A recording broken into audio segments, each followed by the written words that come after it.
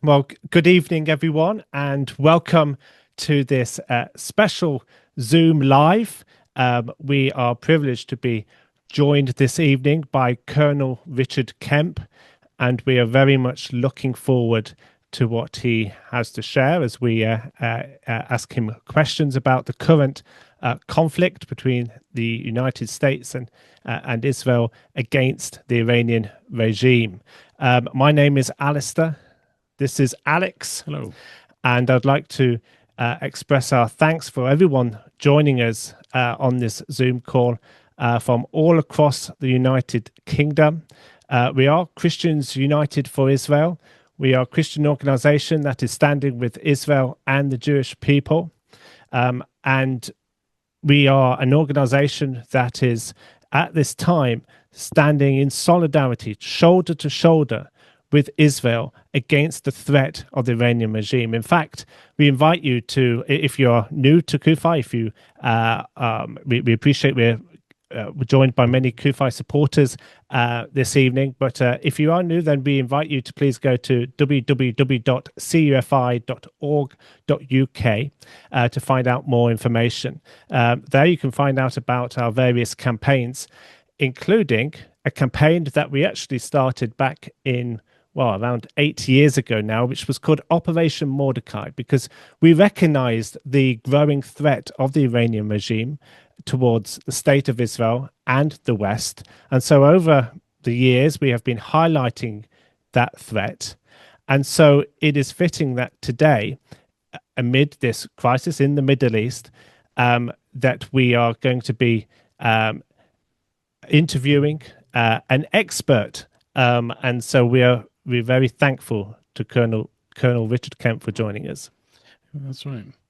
Yeah, so just so people know a little bit about Colonel Richard Kemp, like Alastair said, he's an expert. I think there's a lot of people on the internet, celebrities, even politicians who sort of claim to be experts on these things, but actually don't really know what they're talking about. But tonight we actually have someone who does know what he's talking about.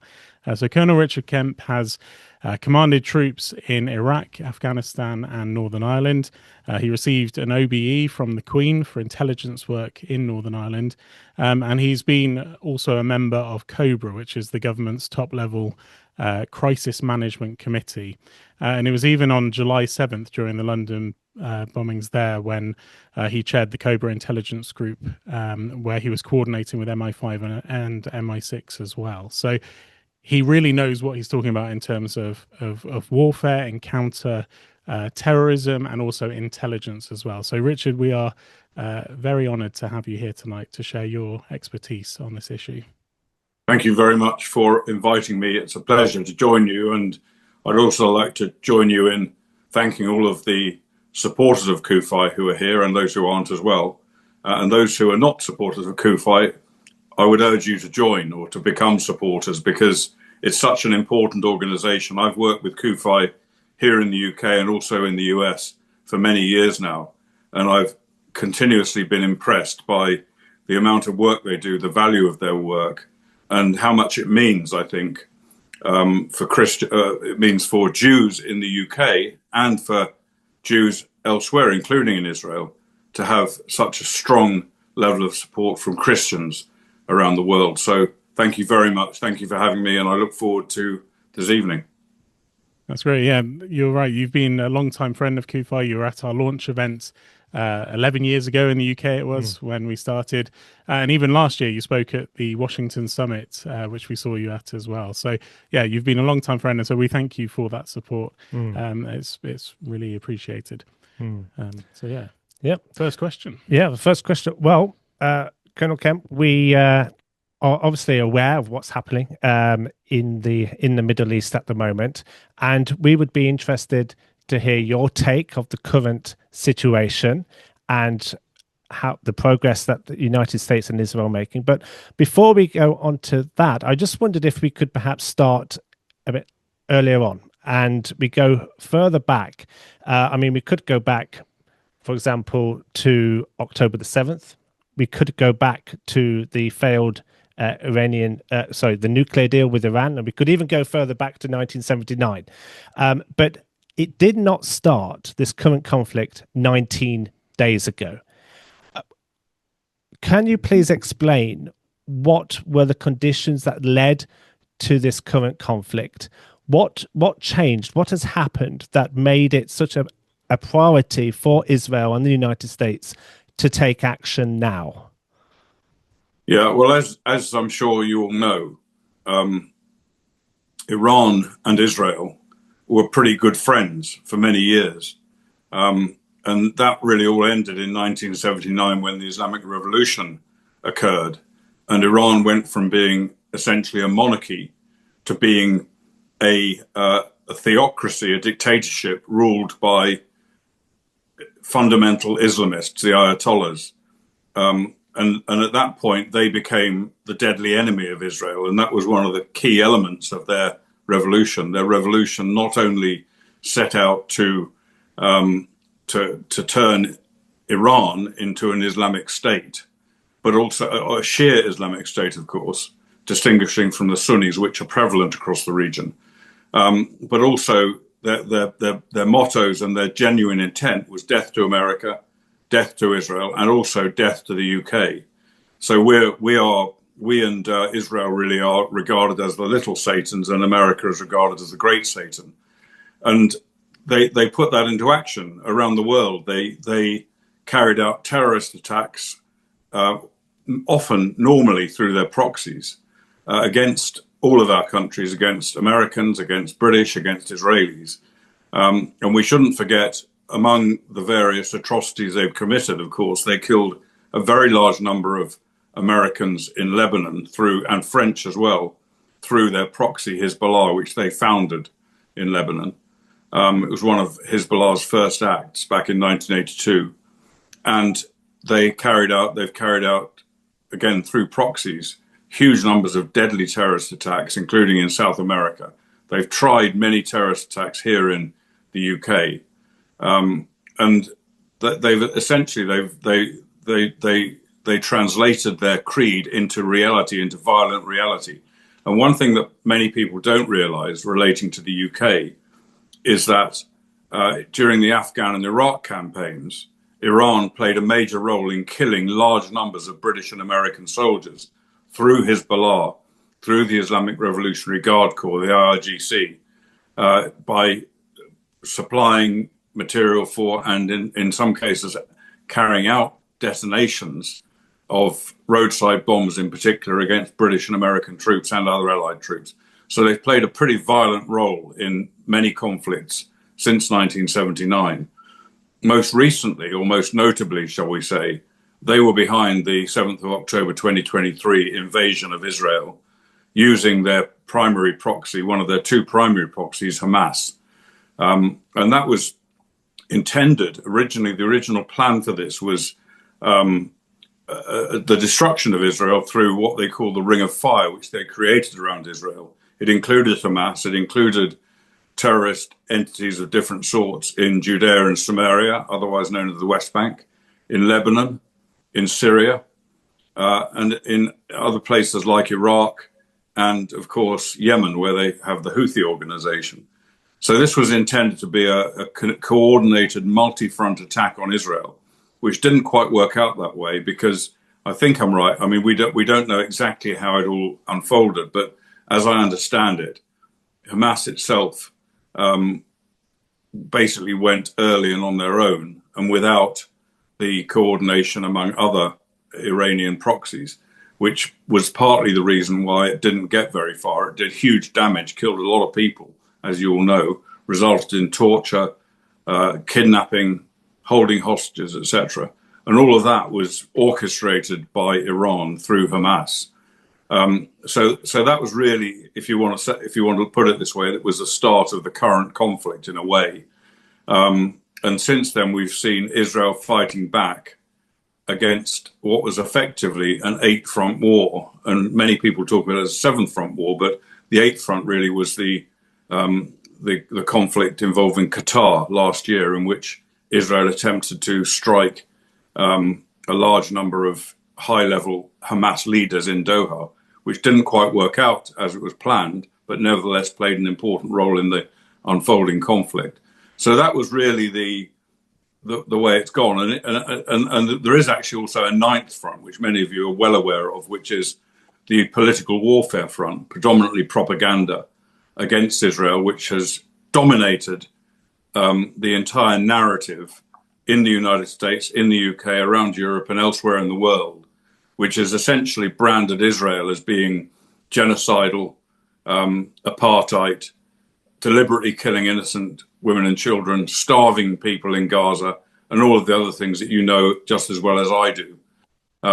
So it was a very extensive conflict, and Israel fought back incredibly hard and incredibly effectively. And just as some of the highlights of that, they destroyed large elements of Hamas, and Hamas is now at the stage where they are in control of less than half of Gaza. And in that part of Gaza they're in control of, they're really unable to do very much. What they're trying to do is to recreate themselves and re-energize themselves as an organization, but with difficulty. But they're going to try and do that, and they will succeed unless they're dealt with. And I think one of the issues, that one of the actions that's going to occur after this particular war with Iran is going to be the IDF going in and finishing off Hamas in Gaza, where they are now, the remnants of Hamas. In Lebanon, Hezbollah was hugely attacked by Israel after they carried out attacks against Israel. And they were very badly damaged from the air, on the ground. And probably one of the most notable actions by Israel was the pager or bleeper operation, which you will all be aware of, in which they took out large numbers of Hezbollah's hierarchy. And that left Hezbollah absolutely reeling, the whole operation against Hezbollah in Lebanon. But as you know, they weren't totally destroyed. They're now trying to fight back again, and Israel is in the middle of a large-scale air and ground campaign in Lebanon as we speak. Then, of course, but that was a major success of Israel to get Hezbollah and Hamas into very much weakened positions. In Syria, Israel's actions, particularly in Lebanon, led directly to the fall of the Assad regime, which was an enemy of Israel and which was being used by Iran to build up a base of attack against Israel in Syrian territory. That completely changed when Assad fell, and we now have an utterly different regime. I'm not saying that it's a regime that we like or that we won't have to deal with, but for the time being, they're not taking action against Israel. Then, of course, the Houthis were carrying out attacks against international shipping in the Red Sea in particular. They were dealt with to some extent by British and American actions against them, but most significantly, very, very strong actions by Israel against the Houthis after they attempted to carry out missile attacks against Israeli territory. And we haven't so far seen the Houthis joining in this war. Whether we will or not, I don't know. Maybe they're in too much disarray or too frightened of Israel's retaliation to actually take significant action. And that's basically a kind of brief sketch of some of the main components of the conflict. Of course, we had a ceasefire in Israel at the end of between Israel and Hamas at the end of last year, which Hamas have broken repeatedly, but nevertheless, broadly speaking, holds. And by some miracle, and I do consider it a miracle, the hostages, all of the hostages, dead and alive, were released, which gives Israel far greater freedom of action when dealing with Hamas in the future. We saw during the war, and by the way, I'm not speaking just as someone who has experience of this kind of conflict, which I do, but also as someone I was in Israel for most of this war. I'd say 80% of the war I spent in Israel, so that I could have a first-hand understanding of exactly what's been happening. And I went into Gaza on numerous occasions during that conflict with the IDF. But during that conflict, Iran carried out 2 attacks, one in April, one in June of last year, in which they attempted to strike Israel hard. They didn't succeed. They fired a lot of missiles. Israel intercepted most of them, together with allies, including the UK, who were involved in helping defend Israel. And there was a great deal of damage done to Iran during those 2 conflicts, particularly during the June 12-day war, in which Israel largely destroyed Iran's air defense systems, leaving Iran very vulnerable. And of course, a large number of ballistic missiles and drones and production sites that they were working on. And as a result of that, and of course the US was heavily involved in operations against the Iranian nuclear sites with very heavy bombers. But as a result of that, Iran was humiliated and weakened. And that weakening, I believe, led some months later to the uprisings we saw earlier this year in Iran, which unfortunately didn't succeed particularly, but did unfortunately result in the deaths of thousands of Iranian rebels who were standing up against the regime. And now we see this war, which began something like just over 2 weeks ago, getting on for 3 weeks ago now. And this war came about because Iran was weakened and Iran was vulnerable, and it made sense to attack Iran now. But it wouldn't have made sense unless Iran had continued to present a significant threat, which it did. It was working on building up its ballistic missile arsenal, which had been taken out to a large extent, and its drone arsenal.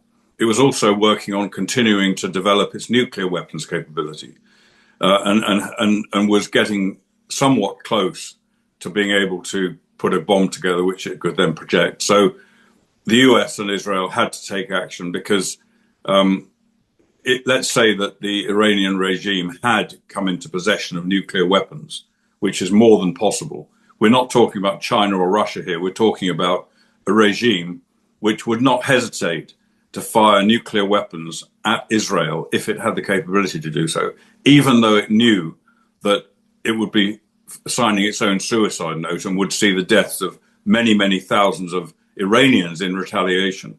So we're talking about a very, very dangerous regime. And we've seen how wildly the regime strikes out, even without nuclear weapons. We've seen something like 13 of its neighbors attacked, most of whom didn't do anything to Iran, but were simply the target of lashings out by Iran to show how strong it was, and to also, of course, to try and deter the continuation of this conflict by the US and Israel. So that's pretty much where we are today. I'm very happy, if you want me to go through, via your questions, to go through the way this war itself has unfolded in the last 2 to 3 weeks. Yeah, I think that would actually be helpful, because our next question actually was based on how successful has Israel been, and the US obviously, in attacking, basically achieving their war objectives. Because like you said, we're not entirely sure what Iran's objectives are, apart from causing chaos in the region. It seems like they don't have the ability or the willingness to do much more against Israel than what they're doing now. They seem to be sort of going for softer targets in the region. But so it's like a two-pronged question, really. Is Israel doing well in achieving its war efforts? And also, what are Iran's what are their objectives in all this other than survival? I think this war for Israel and the US has been spectacularly successful. And you will hear people in the media saying that it's a war without a strategy. It doesn't have an objective. It's not succeeding in anything, which is the opposite of the reality.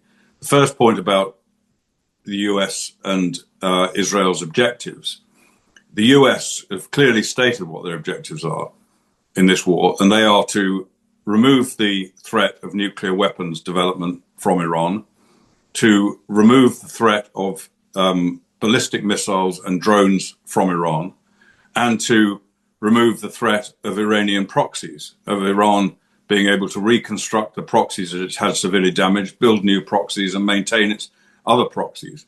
And those are the three primary objectives of the US president, which he spelt out pretty clearly. He spoke about regime change as well, but that wasn't one of his objectives, and is not today one of his objectives. I believe he does understand that that may be a good byproduct of the overall strategy of the war, in order to basically so weaken the regime that the Iranian people are able to rise up with support from the US and Israel against the regime and bring the regime down. Israel has the same objectives, but it really, I think, places more emphasis on regime change. And of course, ideally, regime change which ends in a regime that is not hostile and preferably cooperative with the West, its neighbours, its Arab neighbours, and Israel as well. And that's a very strong objective of Israel. And of course, that would be a huge advantage because, yes, of course, the US and Israel can and have done severe damage to the offensive weapons of Iran. But if this regime remains in place, it's simply going to rebuild them. That might take a long time, but it is going to do that. And we want to avoid it. So I think regime change for a more favorable regime would be highly desirable, as Israel has spelled out pretty clearly. One of the major features, I think, of an unusual feature of this war has been the extent of targeted attacks and taking out of very high-level members of the regime, political and military, as well as those people involved in research and development, as well as infrastructure and people involved in research and development for weapon systems and for nuclear. And then going down to actually dealing with some of the IRGC infrastructure on the ground and the Basij militia, which is part of the IRGC, which has been heavily involved along with the IRGC in oppressing the Iranian people. So by those actions, removing the threat, or mitigating, shall we say, the threat to those people who want to rise up against the regime. But I think the decapitation of the regime is extremely significant. It may not lead to regime collapse immediately, but it certainly leads to disarray among the Iranians. And I think one of the most significant strikes, probably the most significant strike that we've seen in this war so far, is the killing of Larijani, who was the secretary of the Supreme National Security Council in Iran, and who actually was running Iran. He was running Iran more than Ayatollah Khamenei, since probably last summer, and certainly since the elimination of Khamenei, of course. So he was an absolutely key player. He was a member of the IRGC himself in the past. He controlled the IRGC, and he was he had the unique ability, given his very long experience, to coordinate and control so many disparate elements of the Iranian regime. And that's why his death has been extremely important in this conflict. And I think Israel and the US will keep on carrying out actions to further kill in particular senior members of the regime, but also their infrastructure, their offensive capabilities. That will carry on, I hope, at least until they've destroyed certainly the vast majority of capabilities that Iran has. And we can see how much the US and Israel operations have written down the regime's capabilities by the fact that they now have a very small fraction of firing missiles and drones at Israel and elsewhere in the region, compared to the firepower they had at the beginning. It's being very severely written down. I think the latest estimate I saw is that they've got 90% less firepower day by day than they had at the start of the conflict, which is very, very significant. As far as Iran's objectives are concerned, they're really, I think, twofold. Predominantly the survival of the regime. That's really the most important thing for them. It's what they're hoping for. It's what they're fighting for. But secondly, you may or may not recognize or appreciate that in the region there is, and including among Iranians, there is an extreme sense of honor, which probably doesn't exist to the same extent elsewhere in the world. Whereas if you get attacked or insulted, then you are absolutely disgraced if you don't retaliate and don't come back with greater strength than your enemies. And that's been another important aspect of the way they've come back. And another objective within that of regime survival is to pressurize the US and Israel to end this war. Of course, they can't survive, really, I don't believe, if the war continues until the bitter end. So they want it to end, and that's the reason why they struck out against other countries in the Middle East, predominantly the reason, because they felt that would bring pressure against the US and Israel, particularly the US, to end the conflict. Of course, it's really had the opposite effect, and it's really isolated Iran, where we saw in the United Nations Security Council vote a few days ago, we saw condemnation of Iranian aggression 13-0 in the Security Council, which is unprecedented against Iran. And even Russia and China, which are Iran's main allies, they didn't even feel able to stand up for their ally, and they didn't vote in that vote at all. But they both could have voted against the motion and vetoed it even, but they failed to do that. So that's been the result of Iran's strategy. It's had the opposite effect of what they intended to achieve. Mm-hmm.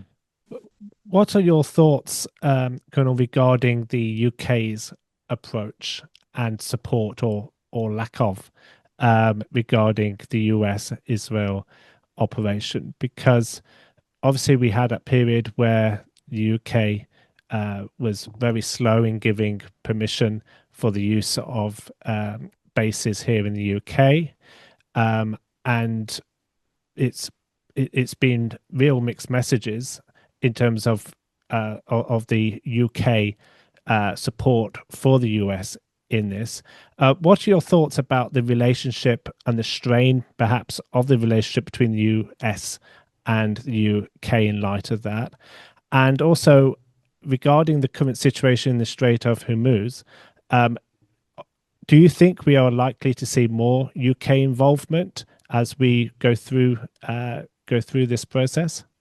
Yeah, I should have mentioned the Strait of Hormuz in my last comments, which is essentially that the Iranians want to add to the pressure they're bringing to end the war by trying to prevent the use of the Strait of Hormuz, which is, as everyone knows, it's one of the most important oil arteries in the world.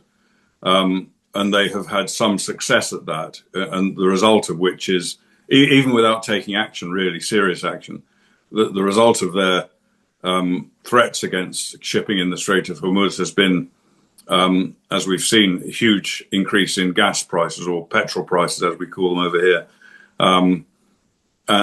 resulting from ships failing to travel through the strait and insurance companies cranking up their premiums on shipping that uses the straits or refusing to insure them. So that's been an important element. As for Britain's role, I don't think I've seen Britain in my lifetime, or certainly in my conscious lifetime of this type of issue.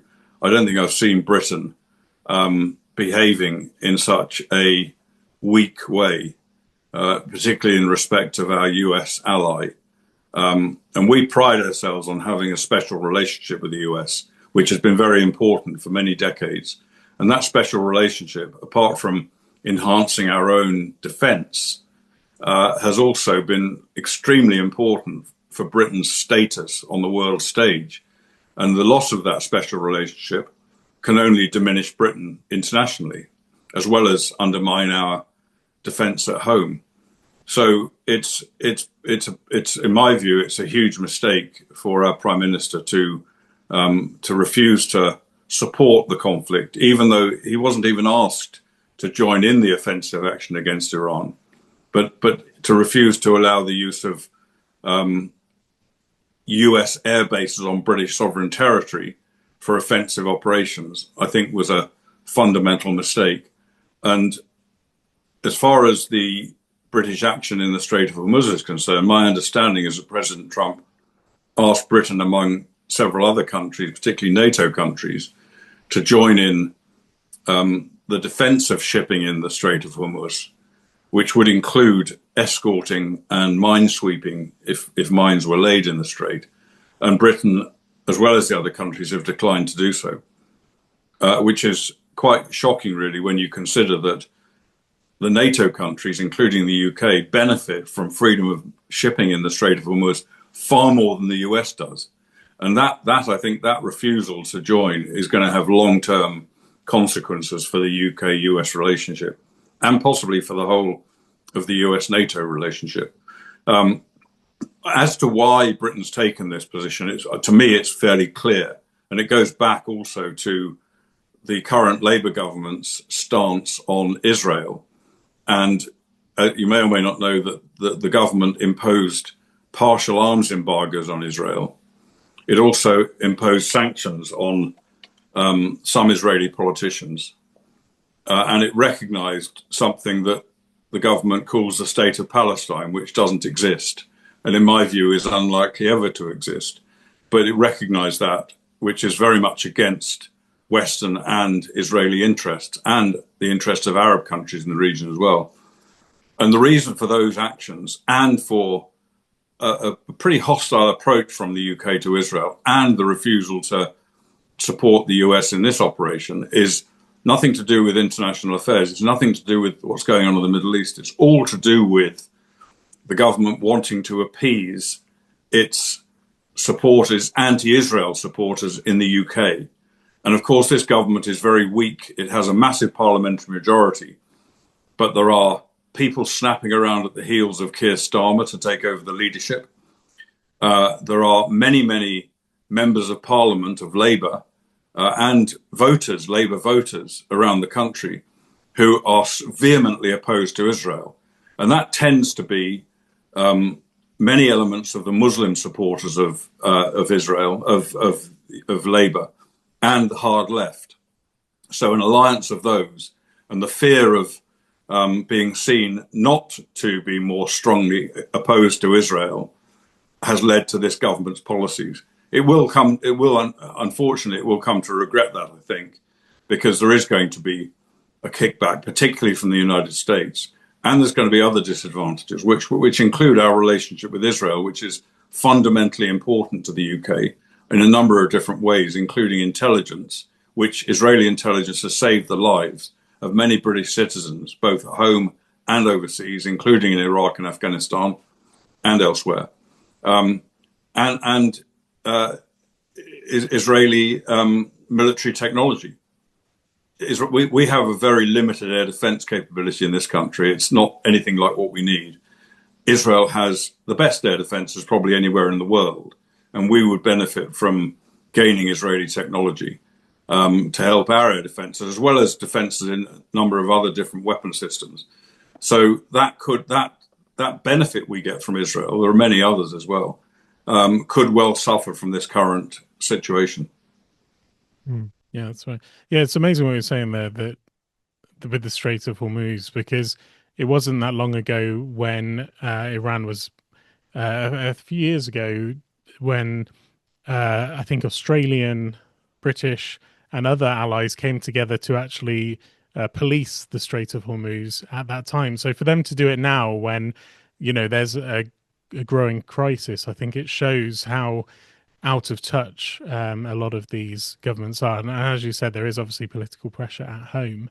But do you think as well there is maybe also some security threat within the UK? This is actually a question we've been asked by a number of people, where they're asking, for example, there were reports last year which were talking about how Iranian terrorists, part of the IRGC, could be using, for example, the migrant crisis in order to bring over terrorists through the channel.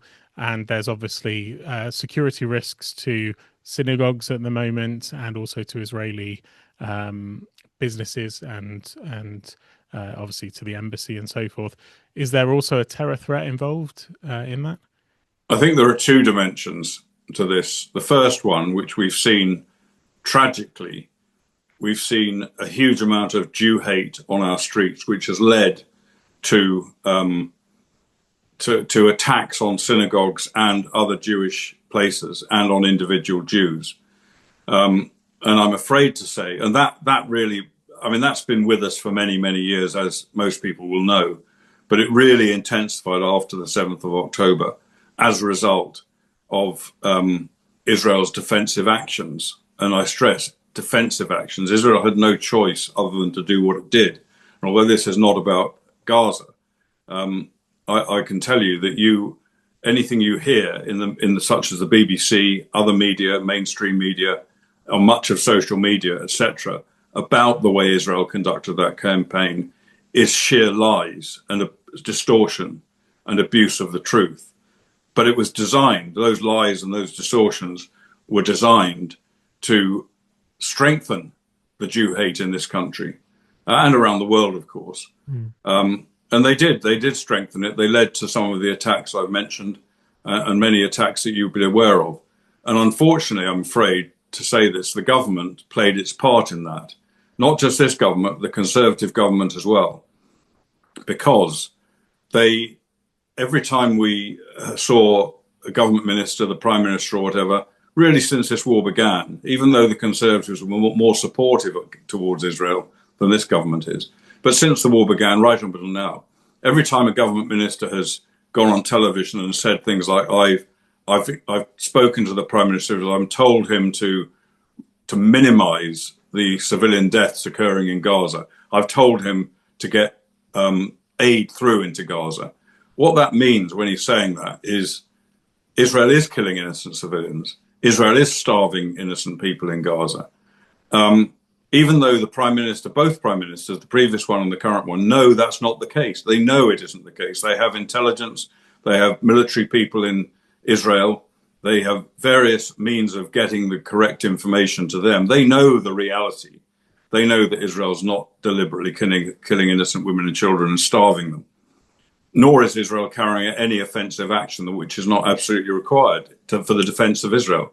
And so by saying that, by coming on television and basically accusing Israel of war crimes, which is, of course, compounded by things like arms embargoes and sanctions and recognition of the so-called state of Palestine, that fuels the Jew hate in this country when the government actually has a duty to prevent Jew hate. And it has a duty to not to be the spokesman for Israel, but to get the information out there, to get the truth out there, so that it doesn't necessarily end all that, but it certainly doesn't fuel it, and to an extent at least tempers it. So that's one dimension that we've seen. And of course, this Jew hate campaign goes back so many years. It goes right the way back to the 1960s, orchestrated by the Soviet Union as it was then. All around the world, the false narratives, the lies, the hate campaign against Israel. It goes right back then, but it's intensified in the last couple of years. The second dimension, which you asked about, is terrorism. Some of what I've spoken about is terrorism, but most of it isn't. Most of it is below the level of terrorism, but amounts mainly to intimidation. But Iran has terror cells in the UK. Iran has had terror cells in the UK for many years, sleeper cells, and they've existed for exactly the situation we're in today, so that if the US or Israel or even Britain carried out attacks against Iran, terrorist attacks would take place in the UK. And not just the UK, but many other countries in Europe and around the world, including in the USA. And those sleeper cells were orchestrated by the Islamic Revolutionary Guard Corps and Hezbollah. And we've seen, not a few years ago, we saw, I think it was a Hezbollah terror plot where they were trying to set up a bomb-making factory in London, which was disrupted by our security services on the basis of intelligence that came from Israel. So these terror cells still exist. Now, I don't think so far, we don't know. Maybe they have attempted attacks and have been prevented from doing so, or have simply been unable to do so since this latest war began. We don't know about that yet. We may find out in the fullness of time. And we may see actual successful terrorist attacks in the UK, most of which will be directed against the Jewish community, but could also be directed against government targets. So those elements exist in the UK. The security authorities know a lot about it. When I was working in British intelligence, we knew about it back then, and we're talking about back in the early 2000s and mid to late 2000s. And maybe that helps account for why we haven't seen those attacks. And I think the final question, or the final element of the question you asked as well, involved whether Iran could use illegal immigrants coming across the channel for those purposes. And my answer to that would be absolutely they could, and probably have. I'm not aware myself of any specific instance of that, but it may be even our own authorities are not aware of it. They manage to get through without being detected. But that would be a critical element, I think, of what Iran is able to orchestrate now. Mm. Well, at CUFI, we have been calling for the IRGC to be prescribed as a terrorist organization. That unfortunately has not happened. We believe that the IRGC should be banned here in the UK. But when it comes to, you highlighted the threat that exists, and the Iranian terror cells. There were also, I believe it was reported last year that there were 20 terrorist attacks that were foiled in recent years that had links to the Iranian regime. Yeah, Keir Starmer said that himself. Yes. Yeah. How much of that might be contributing towards the UK's appeasement and lack of action? Because some members of the public might be saying, well, actually, that's a pretty good reason not to get involved. But what would be a counter to that? What would be perhaps this justification for the UK saying, well, that threat exists, but we are still going to stand shoulder to shoulder with our closest ally, the United States of America, and also the State of Israel, which is an important ally also? How do we counterbalance those two sort of narratives? I'm sure that's an element of the government's thinking. You're quite right to identify that. But we can sit here in our homes and in our shops or whatever and cower at the threat of Islamist terrorist attacks, and we can appease. We can continue to appease them. That's a perfectly viable option, and that what that does is to encourage terrorism. It almost is a form of incitement. Now, I don't say for a moment that our security services are lying low and doing nothing. I'm sure they're doing everything they can to detect and disrupt terrorist cells in the UK, whether they're Islamic Shia terrorist cells or Sunni terrorist cells. But I think we have a greater duty to the defence of this country by being willing to say, well, this might happen. We'll do everything we can to prevent it. We're not going to be cowed by that terrorist threat, because there are much greater stakes here than the risk of terrorist attacks, terrible though they are if they succeed. And those stakes include, of course, a nuclear-armed Iran, an Iran with the capability of firing ballistic missiles and drones around the region, which was also developing ballistic missiles capable of hitting Europe, in other words, our country as well, and Iranian interdiction of shipping in the Strait of Hormuz and elsewhere in the Red Sea. So, we can.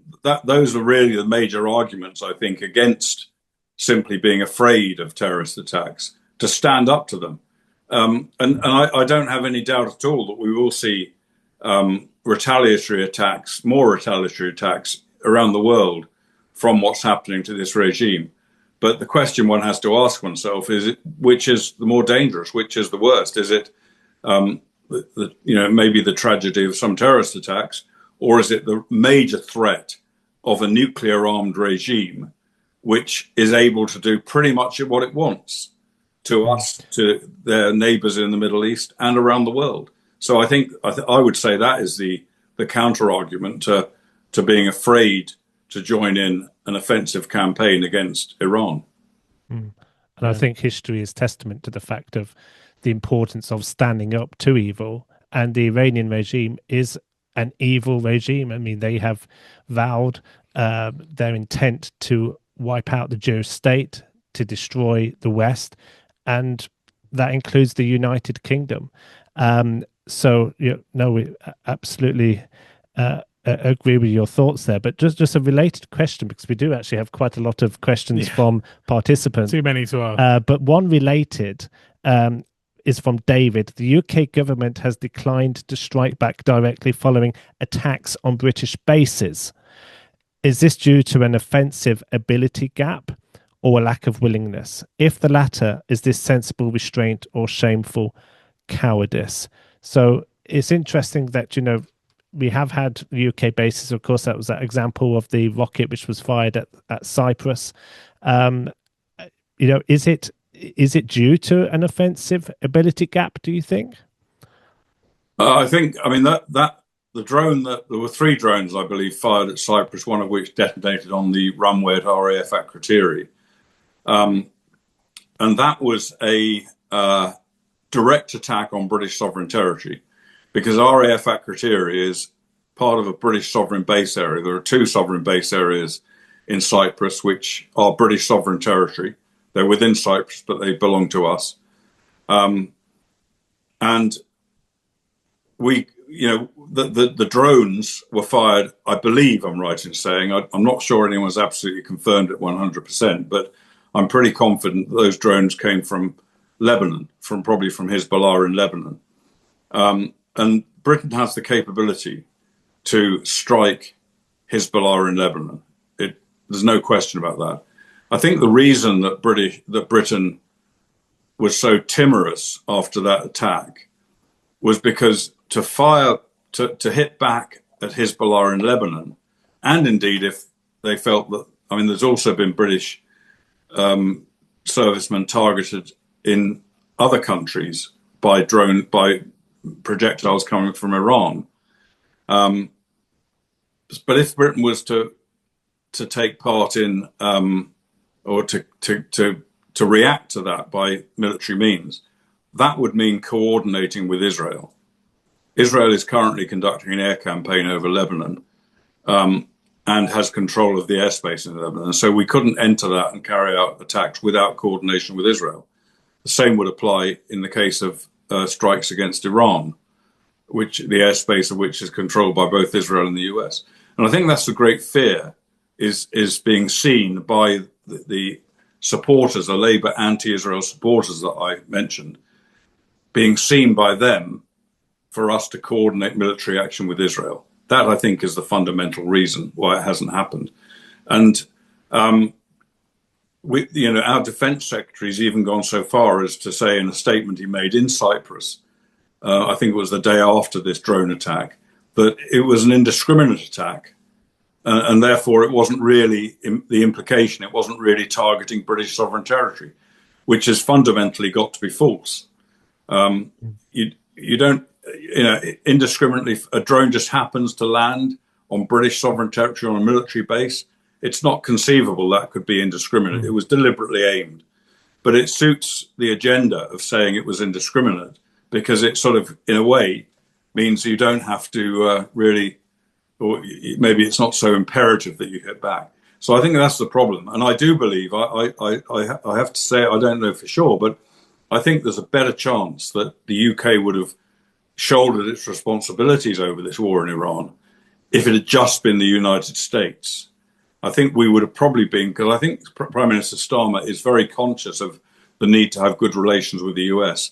But I think that was outweighed by his fear among his own supporters of joining in the offensive operations alongside Israel.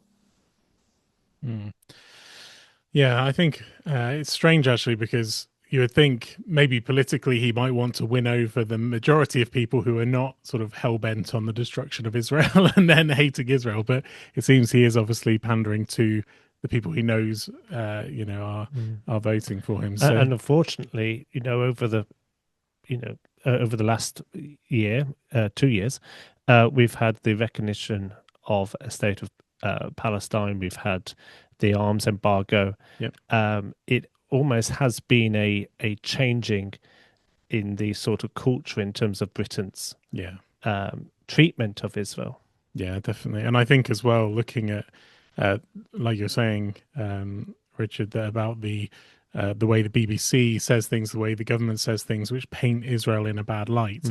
We've got another question here from Sunil, who's actually talking about the IDF and the way they conduct themselves in war. And he says, why, in your view, does the IDF hold itself to such a high standard in prosecuting military operations when their enemies choose to fight dirty? And can this approach have the potential to negatively impact on battlefield performance? Yeah, I think that's a good question. I think it's absolutely true that the IDF's approach can be a restraint on achieving success on the battlefield. But the IDF is an army of a democracy, a Western democracy, which works to the laws of armed conflict, just the same way as we do. And the IDF's application of the laws of armed conflict are the same as Britain's applications. And really, I think it has no choice other than to operate in that way, even though it puts you at a slight or in some cases a major disadvantage, because of course their enemies, as our enemies, don't watch the laws of armed conflict. They don't adhere to the laws of armed conflict. Yeah. So that's the major reason. I think another reason, which is also pretty important, is that the Israeli soldiers are mostly Jews. They're not all Jews. There are some Arabs among them as well, and some Christians, of course. But Judaism is a very prevalent influence on everybody's life in Israel, the Jews in particular, of course. And the laws of Judaism and the morality imposed by Judaism is very prevalent. And that, I think, influences the decisions taken by Israeli military commanders at the headquarters or on the ground, probably in a stronger way than Christianity today influences the morality of British soldiers. And I'm not, in this comment, I'm not questioning the morality of British soldiers, but I think the religious morality imposed on its soldiers by Israel is greater than Christianity in the UK today. It would have been different many years ago, but Christianity is far less pervasive in the UK than it was decades and decades ago, when it was pretty much dominant. So I think that's another aspect. And the third point, I think, is that soldiers are human beings, and they're generally IDF soldiers, contrary to what the media very often tell you in social media. IDF soldiers, they've got families to go home to, they've got parents, they've got sons and daughters, wives, husbands, all of this, and none of them want to go home and say that they've committed war crimes, they've killed people they didn't have to kill. I met a Scottish Israeli pilot some years ago, and he'd been attempting an attack mission inside Gaza with his troops, with his various other aircraft, and they tried to attack this objective several times, and they had to keep abandoning it because there were too many civilians around the target. And in the end, they completely aborted the mission. And I said to him, that must have been extremely frustrating for you, wasn't it? And he said, no, it wasn't at all frustrating. He said, that's the way we do it in the IDF. He said, how could I go home to my children knowing that I deliberately and perhaps unnecessarily killed innocent civilians? So that's a pretty significant element of their thinking, I believe.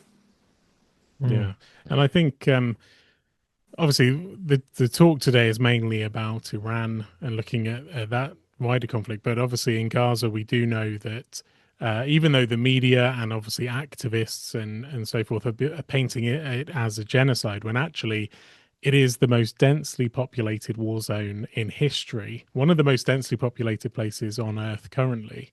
And yet they have achieved one of the lowest civilian casualty rates in all of warfare, especially modern warfare and especially urban warfare. And so, you know, there is a high standard which the IDF are sticking to. And I think you might have even been the one who coined the term that Israel is the most moral army in the world. And that's something we've been saying here as well, because they're proving it time and time again. And I think another aspect of the reason why they can be moral is actually because, like you say, Israel is Jewish. Life is something they preserve and they cherish, whereas their enemy is the opposite. They are worshipping death and they are calling for the destruction of the Jewish people. One side, Israel, is defending itself. The other side wants to destroy Israel. Israel is literally just fighting for its survival. And don't care for their own people, their exactly. regime. Exactly. And that's why with Israel, for example, one of the best things that has actually protected civilian lives of their enemies is things like the Iron Dome, the Iron Beam now, which has been produced, and the Arrow systems.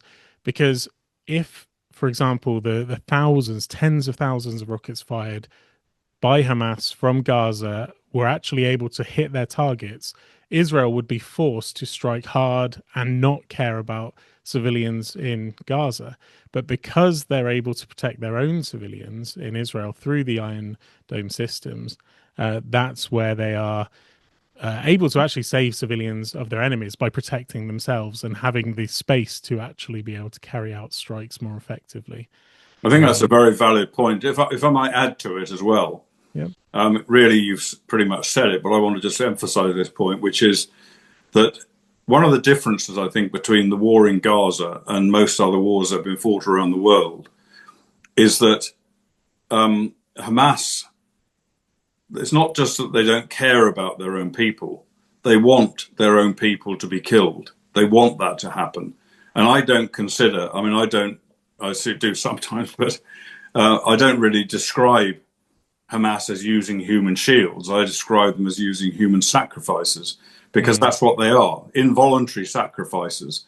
And they plan all of their operations, all of their attacks, all of their actions around the IDF killing their own civilians. So they try and encourage the IDF to kill their civilians, because that way, and it works brilliantly every time. And we've seen the product of that when we've seen Israel condemned for war crimes.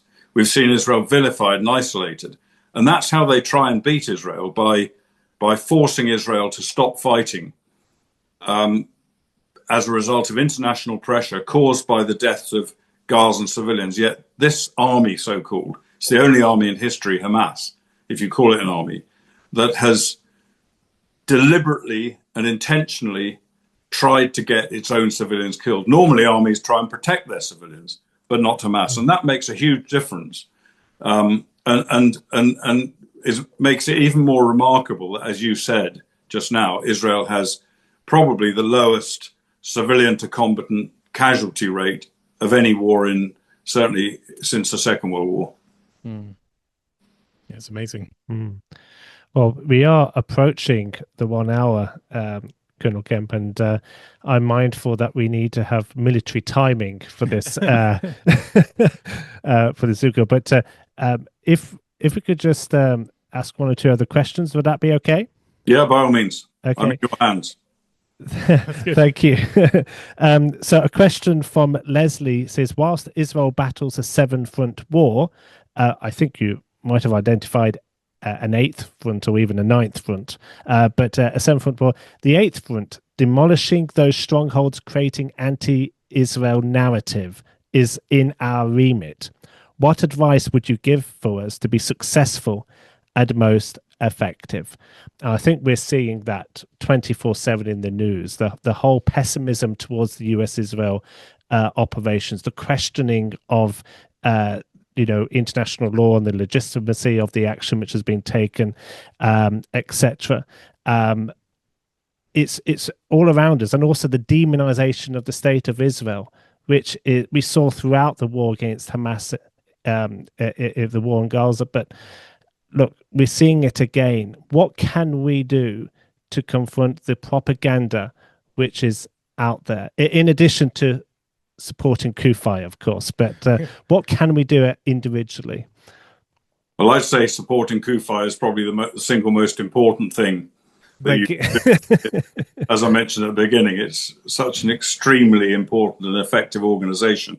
And I do believe that the Christian presence in support of Jews, of Israel, etc., is really, really important. And there is simply not enough of it. So one thing I think you can do is to encourage as many of your friends as possible to support Israel, to support CUFI, and to give all of us greater strength. Now, I have to confess, and I don't know if there's any others of my persuasion among you or not tonight, but I'm a Roman Catholic, and I'm aware of a number of clergy I don't think the Pope has necessarily covered himself in glory in relation to this conflict, but I'm aware of fairly large number of Christian clergy, including Catholic clergy, who have taken the wrong approach, who've no doubt because they've succumbed to the anti-Israel propaganda. And so influencing clergy, I think, is extremely important on all of our parts. Whatever we can do with our individual relationship with clergymen in our parish or wherever, I think that is very important, because, of course, they in turn are pretty influential people, or can be. I think another dimension is to keep an eye on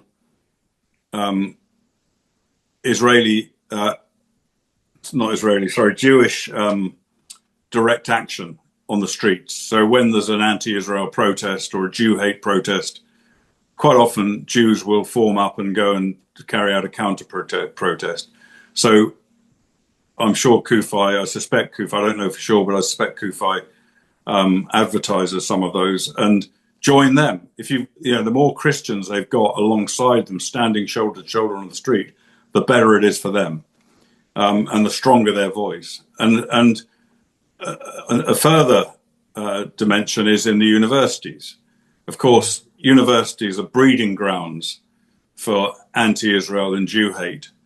And anything, if you are in a position to do anything, whether it's through yourselves, your children, grandchildren, whatever, to help support the Jewish students on those campuses in some way, I think that would be good as well. I always say, when I talk to Jewish students at universities, I always tell them that one of the most important things they can do is to try and rally their Christian friends to support them, because, of course, we outnumber them dramatically here in the UK, and also, of course, in the US and elsewhere.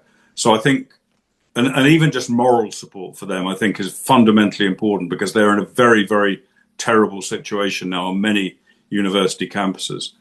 I think also, if you're in a position to take part in visits to Israel, and I know that it's not really possible right now, while there's hardly any flights in or out of Israel, but in normal times, and when these restrictions of this current war end, then if you're in a position to join a mission to Israel, I think please do, because that gives, sometimes you're observing what's going on, which is very informative for you. Sometimes you're taking part in actual practical work, maybe agricultural labor, etc., or packing boxes or whatever. That's all important stuff. But even more important than that, I think, is for the Israelis, who are so besieged now from so many places around the world, to see Christians standing with them and going to their country and standing alongside them and showing solidarity. I think that is very, very important. And I've met many groups, including Christian groups, who have done just that. And it means such a lot. And of course, the obvious things are: give your local MPs, your local councillors, a hard time if they're against Israel. Write to them, send them emails, however you can, or go and see them, and encourage your friends to do the same. Because the more that MPs and councillors know that their voters are supporting Israel, then the more likely they are to change their tune somewhat. And those who are already supporting Israel, go and see them as well and strengthen their support. And of course, anyone who's in a position to take part in podcasts or broadcast media interviews, etc., then use your voices there to do so. I suspect that's probably a relatively small number of people, but every voice counts. Absolutely. Well answered. Yeah, no, we just echo that sentiment entirely. It is absolutely vital that as Christians we stand with the Jewish people. In the rise of anti-Semitism that we are seeing here in the UK, and anti-Semitism, we've said many times, Alex, anti-Semitism breeds more anti-Semitism. Yeah. We saw the increase in anti-Semitism after October the 7th, before Israel had taken any defensive military action. We see that increase in anti-Semitism when Israel is engaged in conflicts, and it is really important that at this time we do not waver in doing that. We continue to stand in solidarity. And for those who are on this call that are Jewish, we just want to re-emphasize that message very clearly, that we are standing with you at this time and always. Yeah. We were talking also earlier, Alex, about the seemingly lack of sort of outward compassion towards the Iranian people who are under the oppression of the Iranian regime. And it is so heartwarming to see the Israeli people, the Jewish people, standing in solidarity with the Iranian people, those who are opposed to the regime, and there are many. There are lots. Yep. But that is something that I believe we need to really be highlighting as well.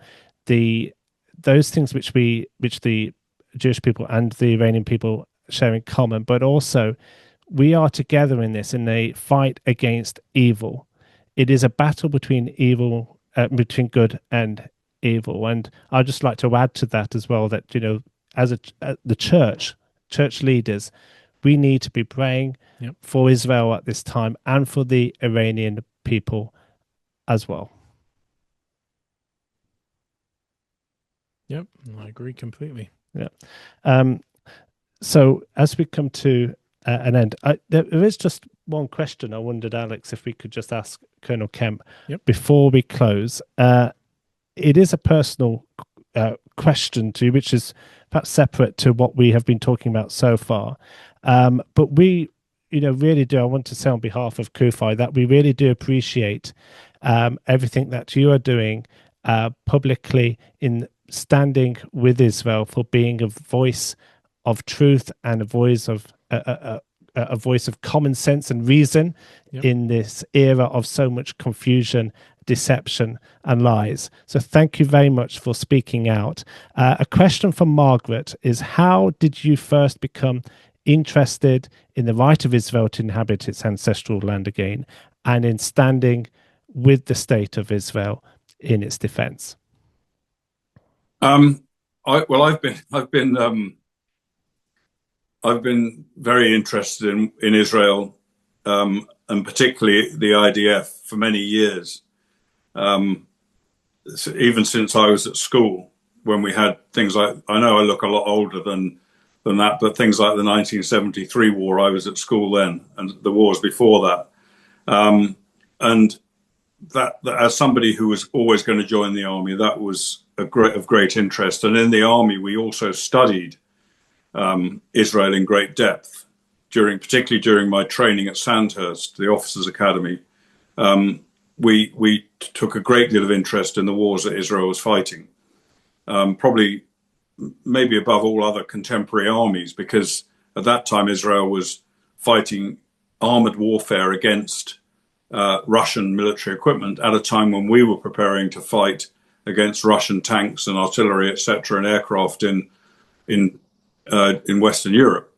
It didn't actually happen, of course, but that really was the early parts of my interest. And I've since those early days, I've pretty carefully studied Israel, not just the military, but the political situation there, and the status of Israel and the legitimacy of Israel. And I actually also took part in some of you will know of a gentleman by the name of Hugh Kitson, who's I think also been involved with CUFI, but he's a Christian Brit who now lives in Australia, who made a film called Whose Land, which I was the narrator of that film. I think it's in 2 parts. So if you want to check that out, you're welcome to do so. Colonel Kemp, may I just interrupt you? It is available from CUFI UK. So if anyone would like that, yes.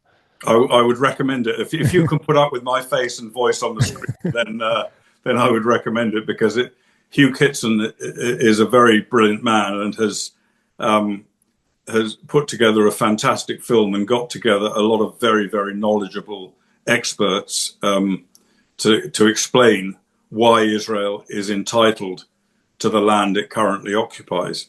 The other, I mean, I don't really have. I mean, I have the time, but I suspect you don't have the patience for me to go into immense detail about why I believe that that Israel is undoubtedly a legitimate country, and the undermining of Israel's legitimacy is the result of lies and distortions. In many cases, as I say, going back to the Soviet Union in the 1960s. But I'm personally absolutely convinced of the righteousness of Israel. And it's not, I mean, to be entirely frank, I'm not basing my arguments on religious arguments. I'm basing them more on the political arguments and the political situation which has led to us where we are today. But the religious arguments also, of course, very strongly underline that.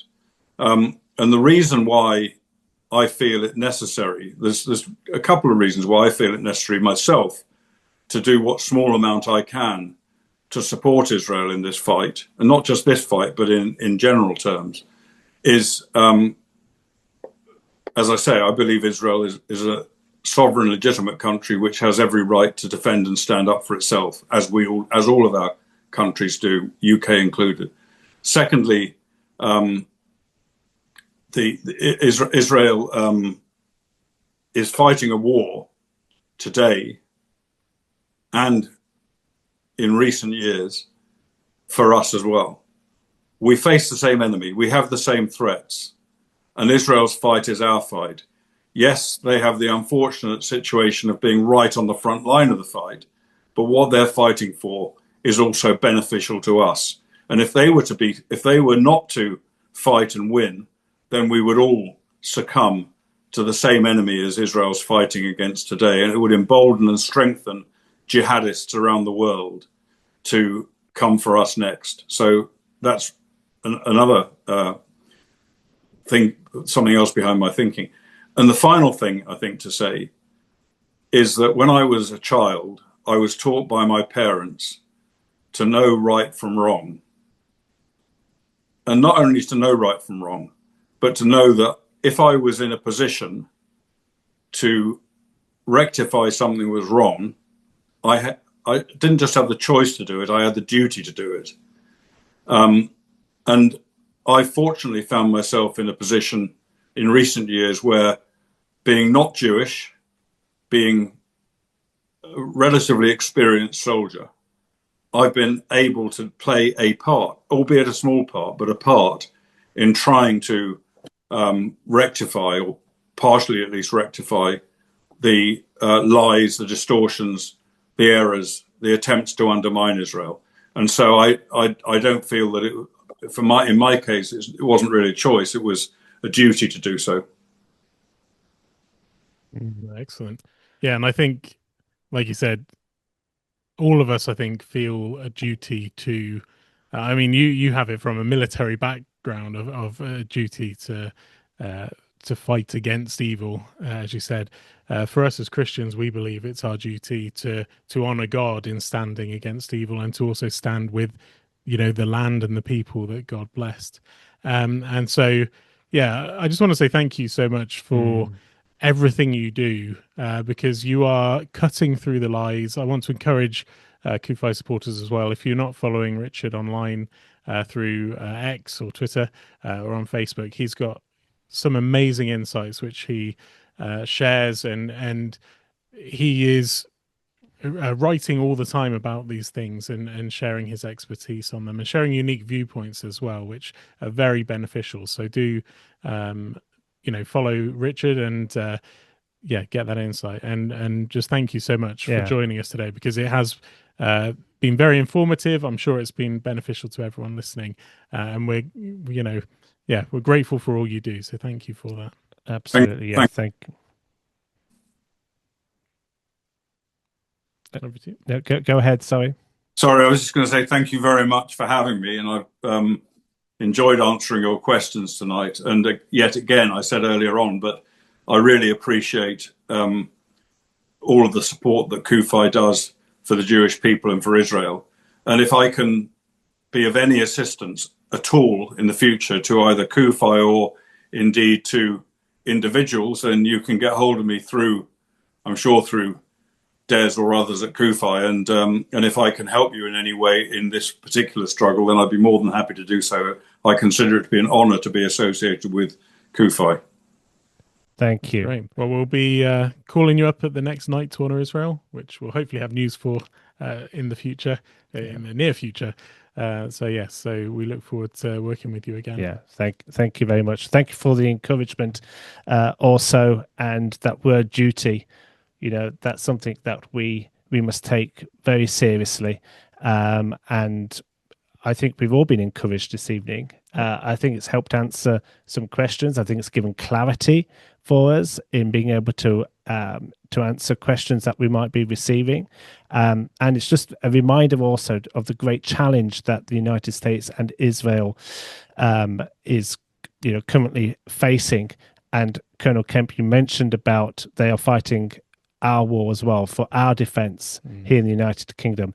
That's something we must never forget, and which is why it is shameful that the UK isn't doing more, I believe, in standing with our two close allies. But nevertheless, Israel and the US is defending the Western civilization, and we must stand with Israel. We must stand with the Jewish people. We've been reminded of that, and I started saying this call saying about our campaign Operation Mordecai, which was something that we launched to try and highlight the threat from the Iranian regime at a time when many were not talking about that threat. And Mordecai, he was a man, of course, who discerned the times. He saw the threat, and then he advised. And Esther, with her courage, also then led, of course, to ultimately the deliverance of the Jewish people from their hostilities, their bondage, and ultimately from the threat of their destruction. But there's two roles: to encourage, to discern the times which we're in, and also to act. And we must be active. We must stand actively, not sit back, not just wait, but to be proactive. So I would just add encouragement to everybody that is on this call. Keep going, continue to pray, continue to speak out, continue to be vocal, and continue to show the Jewish people in the UK, in Israel, and throughout the world that Christians, we stand with you. I'd like to thank everybody for joining us, taking time this evening to join this call. Please do look out for more of Zoom calls, but other things as well, such as the podcast, which Alex and I do. We did receive so many questions tonight, and we haven't been able to go through all of them, although I hope we've consolidated some tonight adequately. But we'll continue talking about these things in our next podcast, Alex, sadly without Colonel Richard Kemp, but we appreciate so much Colonel taking the time for sharing with us. And so, Colonel Kemp, and to everybody on the call this evening, thank you for joining us.